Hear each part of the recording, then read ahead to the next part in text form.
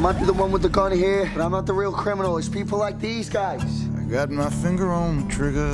I'm telling you, it's rigged. The whole damn thing. But I don't know who to trust.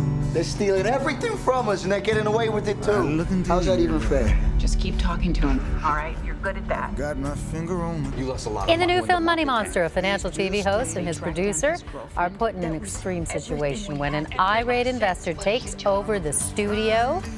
Here to weigh in on this film and the weekend's other releases, our film critic Richard Crouse. And happy Friday. Thanks for coming in. It does look intense, that. Well, it is intense for part of the film. Okay. So you've got George Clooney playing a guy who's a financial advisor on television, kind of like that guy Jim Cramer, who's always like, you know, hitting buttons and big graphics are flying all around him. And in fact, he's so much the same character. I think they've just changed enough details so that Jim Cramer doesn't sue.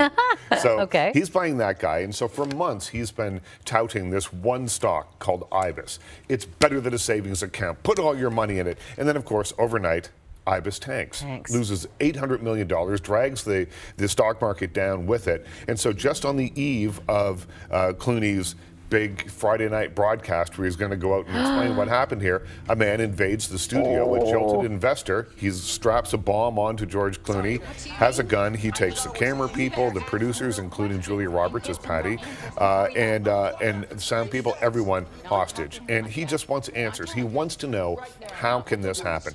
So up until this point, the movie kind of works pretty well. It's sort of like, at this point, The Big Short without the bubble baths and Anthony Bourdain and all that stuff trying to explain the ins and outs of what a CDO is. So it's kind of that. And then it becomes sort of more about people watching this tragedy unfold on screen. So it becomes a comment on how we see things on our mobile phones and on our television screens. And how we view tragedy on television and the sort of disconnect that we have. And then it becomes a thriller. And then it becomes something else. And sort of all these things start swirling around, thrown into the blender, and it just comes out as this kind of mushy thing. Yeah, and it's too bad because Clooney's having some fun here playing this Jim Cramer type guy.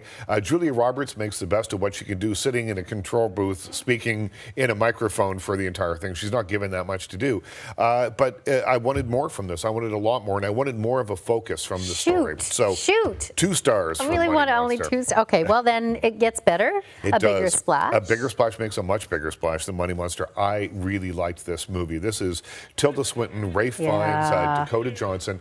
She plays a rock star who's had throat surgery and she's recuperating with her boyfriend on a remote island in Italy. So the scenery is beautiful to start with. Right?